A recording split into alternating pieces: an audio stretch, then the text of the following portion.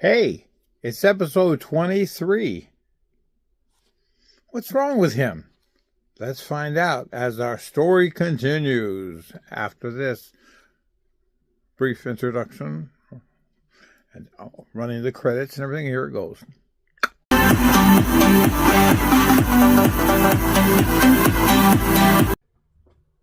But things are quite different for her and others are not them. Physically, she looks and feels like she's 30.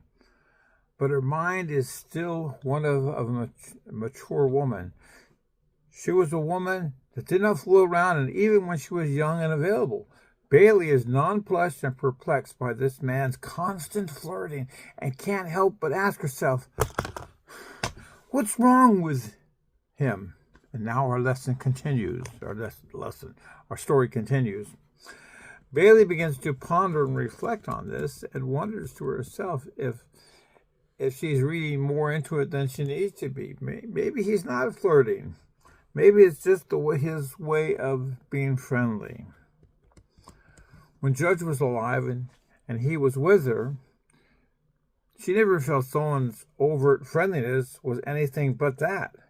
But right now, she wasn't sure if she could even trust her own judgment now that Judge is gone. Bailey decides she better be careful herself not to give any false signals. After all, life certainly got more complicated for her recently. She was going to have to keep a little distance from him to make sure there's no complications. She needed clarity more than a new love in her life. Yet to her own disquieting thoughts, she just had to admit that for some strange reason, Christian intrigued her. He may have picked up on that, and for that reason, he may have been driven by that. But then again, it could be something else entirely. Was it anger, guilt, bad conscience? These were all good questions she would ask herself. But in truth, she did not know and feared it could be emotionally dangerous for her to try to find out, especially now at this stage of the game. Maybe it was just the flirting that was causing her to be unsettled. She had always flirted with her husband and enjoyed doing that in that context, but with another man? No, never. She was not that kind of woman. Even in fun, she felt it would be a betrayal of her beloved. Now, her friend Joelle was a bit the exception. She especially enjoyed flirting and would always encourage her to join in on the fun. After all, it was really harmless, she would say. Joelle would always describe it as a rush of ecstasy for herself and how it empowered her. She would giggle with her own rationale by saying that made the men feel special too. In short, it was empowering, liberating even for them. Bailey didn't believe that and didn't need that. She had Judge and that's all she wanted. But something more was unsettling to her. She hoped it did not relate to her bad dream that she had earlier. She almost feels unfaithful when she reflects on it. She begins to think how it must be a reaction to the news of Judge's death, and now a new man is suddenly emerging in his place to give her support and strength as her late husband had. Before they came to Nottingham, his disease was terminal, and he only had a few short months on life on earth. She had been preparing herself emotionally for the inevitable. Yet sometimes it was too much for her to think about. She needed to refocus and again redirect her energy and thoughts on something other than this. She needed to concentrate and do her part to help the others rescue Sly, Champ's brother. She told herself that she would have to wait and grieve for Judge later after Sly had been saved. He would have liked that. Christian turns to Champ and points to a section on the wall just left of the large viewing video screen and says, "You see here, Champ? Notice how it flies and navigates so smooth and effortlessly. Don't worry, the onboard computer does most of the navigating and flying, so we don't have to worry about human error." "This is an amazing kind of technology. Who made this?" asked Champ as he continues to study the instrument control and panels. I'm not sure exactly. I believe it came from the Dromaeosaurus. Bailey is the one who secured it for us. Brady is the one who secured it for us years ago. I'm afraid that's why Baby Dolls navigated. I was never really taught how to fly this machine. Bailey and I don't get along any more than we used to since, Champ nods with understanding, knowing that Brady had grown up with her as a stepsister, but always had a strong romantic feelings for her. Despite the fact that Brady was much younger than her, he was never deterred. Baby Doll had always thought that it was cute, and that this little boy felt this way, and even after he matured into a full-grown man, she always viewed Brady nothing more than her own little brother. Brady never seemed to be able to get her over this hurdle, even after all these years. Things with Brady and Judge were never good either. Champ remembered what Baby Doll would always say about the Wilders. When she was growing up, Judge was always her protector, her big brother. She knew this bothered Brady because he was so small then, and Judge was so naturally older and bigger. Now that Judge is dead, that responsibility, at least in Brady's mind, fell on him.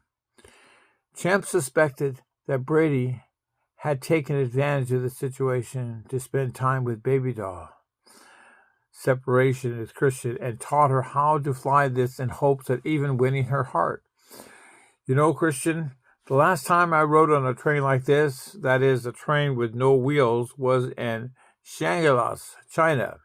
But of course, it wasn't exactly like this. Really? I'd never been to China.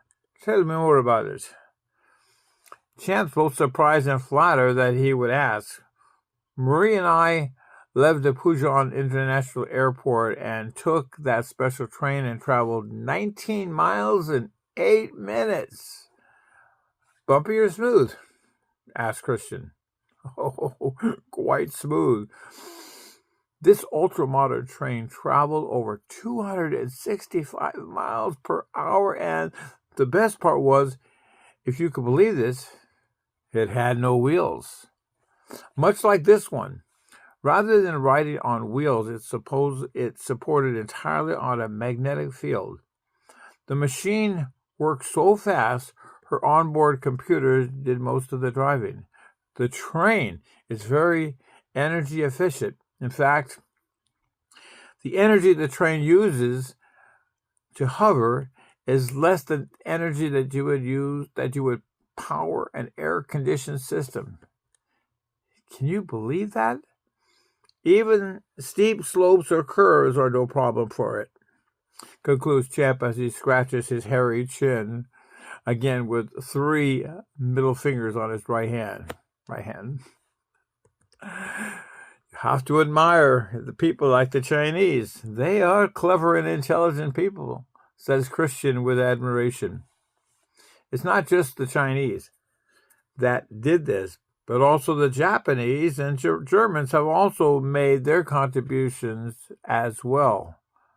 Why, Japan, to this day, uses the maglev system for the trains, and they have set an impressive world record at speeds at 361 miles an hour, concludes Champ with astonishment.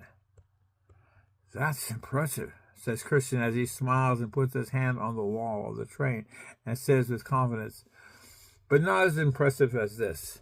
Our train here doesn't need tracks, but uses the planet's magnetic gravity field to move freely about. Champ nods with understanding and continues, that's a lot different than on Earth. The system there uses electronically electromagnets that are positioned nearly a half-inch apart. Other magnets keep the train aligned while the other magnets propel it. To stop or to slow down the train, they merely reverse the poles on the coils. Wow, that's interesting. I wonder if the specs from our air train are similar, asked Christian with growing respect for Champ's knowledge on the subject. I wonder that myself, admits Champ, as he strikes his familiar pose. I don't know what that is. Did you know, Champ, that these boxcars unhook, can travel like a car independent of each other? Really? I can see how that could have some advantages, replies Champ. When the air train is stopped, the machines have a small force field that keeps anyone from operating the train unless their DNA is on file to unlock it.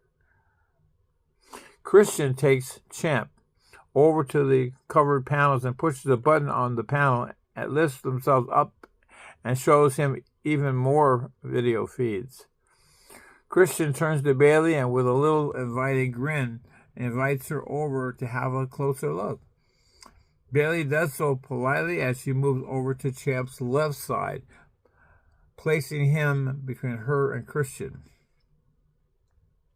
Christian is visibly disturbed by this action, but says nothing at first. He begins to say something, but catches himself in mid-sentence. You see, these cameras show us where we are going, where we have been, and what is above us and what is below us.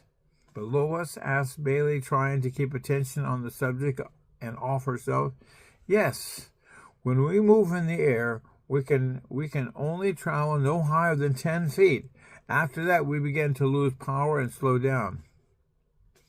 You already told us that, states Champ briskly. Oh, so I have, says Christian quickly as he moves past Champ over to Bailey and places his hand on her shoulder. Would you like something to drink, Bailey? No, thanks. I'm fine, says Bailey with growing prickliness. Christian removes his hand from her shoulder and looks over to Champ.